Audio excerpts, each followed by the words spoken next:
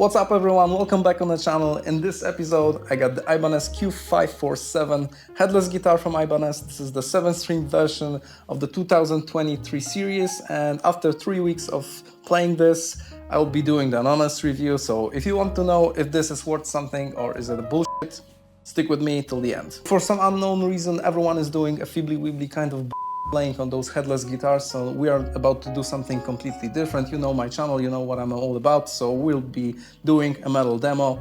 Let's go.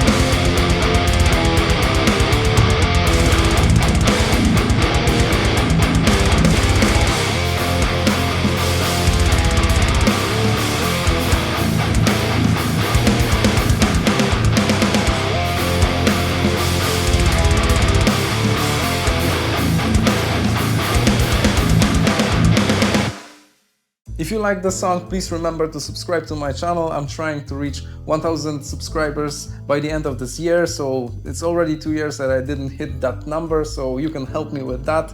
Please do so. So at first I was kind of skeptical about the headless guitar concept because I never ever played the headless in my life. This is the first time I got it, and I'm playing this for 3 weeks, and I must say that I'm deeply in love with the concept and the idea behind such instruments. At first I thought that this is kind of awkward and, you know, reinventing the wheel, but it turned out that this offers a lot of different things. So let's talk a bit about my first impression, and the first thing that you will notice immediately after taking it out of the gig bag is that it weighs like nothing. I don't know how much, but it's like impossibly light. You can just, you know, even though it weighs like nothing, it still resonates like a regular guitar, because I thought that, okay, it's not gonna sound good, but actually it sounds like a regular guitar. In terms of ergonomic, this weight reduction is a great advantage over standard guitars, because you will not be tired after a long session, after long rehearsals and stuff like that, and you still got a fully functional instrument, but it weighs like, I don't know, half. In my case, this is the 7-string version of this instrument in a BMM finish, which stands for the Blue Chameleon Matte or something like that. So we got a Naruto body, which is kind of standard lately for all the IBANEZ guitars. We got a 5-piece maple and babinga neck, really comfortable. This is the Wizard C7 shape, whatever, but it's really comfortable. I got a small hands and I can easily grab this 7-string neck. So I'm not sure about this position, to be honest, because this cutaway is kind of small, but it's really impossible to make this guitar even smaller, so, you know, sacrifices. Anyway, fretboard, it's a bird's eye maple, and I must say that it looks amazing, especially with those inlays. They are pretty subtle. I'm not sure if my camera will do the proper focusing, but I will do the B-rolls as well. But it looks really expensive, and I must say I really like it. Everything is roasted, so the neck and the fretboard, looks amazing. It's kind of awkward actually, because if you never played the headless guitars before, this will be strange for about 2 days. In this case, we got some sort of jumbo Jazzcar gold frets. It looks really nice with the roasted fretboard, so I'm not sure if that's contributing to the better sound, but features.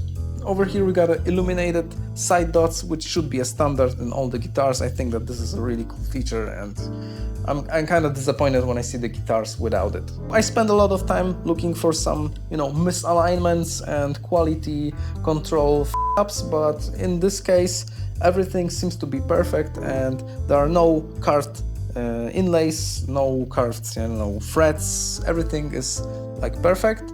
Even the nut over here, which lately this is the issue in most cheaper guitars, but in this case everything looks fine. No problems with the switches, no problem with the pot knobs, so everything is as it's supposed to be. I'm giving the approval here. Let's quickly discuss the electronics and pickups in this guitar, because this one is packed with features, and we got the Dyna 9 mix system, which we already know from the AZ series of Ibanez, and what it does, it gives you an additional 4 configuration for your pickups, and this in total gives you 9 different sounds. So the one thing which is always blocked is the humbucker position. In this case, no matter if you got the alter switch, the Dyna 9 mix system turned on or off, this will always be the bridge pickup, which is kind of convenient, because if you're doing some sort of solo with a different, strange variation, and you want to go back to the rhythmic sound, you will always have the humbucker all over here. This is cool.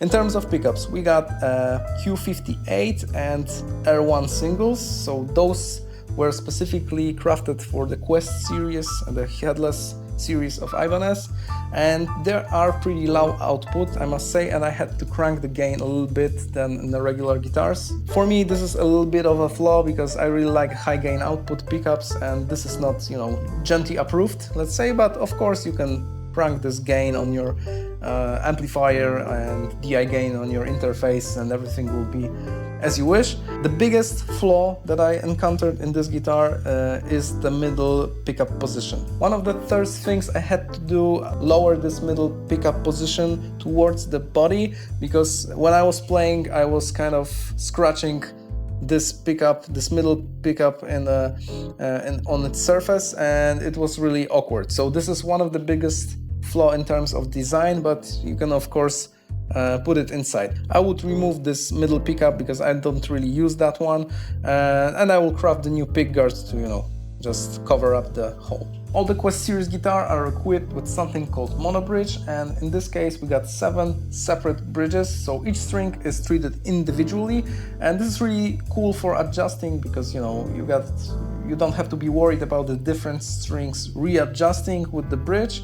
Really easy to move the saddle and correct the intonation, and I must say that the overall tuning stability is amazingly good. I didn't have any problems with it after 3 weeks of using, and really all strings right now still in tune, no problems, and I even did a string swap B-roll, which you may see right now. Right now I will quickly demonstrate how to swap the strings in an Ibanez headless guitar, and at first I thought that this is gonna be complicated, but it turned out that it's really similar to the standard locking tuner system in regular guitars. So all we have to do is to release the string in 2 points, one at this some sort of headstock and over here at the bridge. And in this case Ibanez treated each string separately, so we have 7 mono bridges. So to adjust the height, or to adjust the intonation properly, we will be treating only 1 string. This is really cool. I will quickly demonstrate you now. So all I have to do is to turn around this locking tuner, and everything will go that way.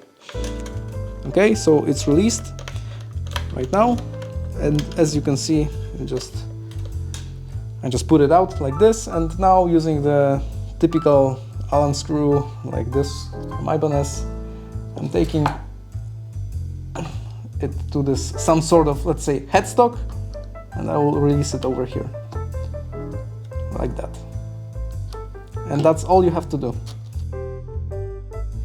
So that was pretty easy, right? And after I put those strings away, this mono bridge is so cool that those 6 separate strings didn't even move a cent on the tuner. So in terms of comfort of playing, I adjusted really quick. I think that those saddles are, you know, a little bit profiled towards your hand, and this is pretty cool. So the biggest problem I have with the monobridge system is that those saddles, especially on the 7th string, are not capable of fitting the thicker strings, and in this case we got something like a stock 58 from the Adario, and I'm not sure if I would be able to put something like 62, 65, because it's like on the margin, in the margin of fitting. This and the 25.5 inch scale instead of 26.5 is kind of the biggest disadvantage of this guitar, but is it really problematic?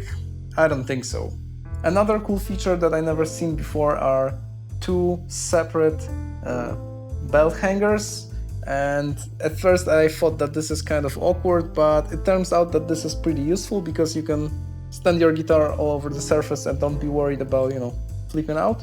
And also it gives you 2 possible configuration for your belt, so if you want to hang it like here, you can use this one, and if you want to use it, I don't know, even more horizontal position, you can use the second one. So this is kind of cool, right? This guitar is strange looking already, so adding another strap will change nothing, right? So why not? After 3 weeks of playing, let me give you an honest verdict about IBANEZ Quest series. So this is the Q547 7-string instrument, and I must say that this is not the best sounding guitar that I have, but this is the most fun guitar that I have, and this is my favorite instrument so far, and I'm grabbing this particular guitar more frequently than any of my other guitars, more expensive guitars, because of its ergonomic and ease of play.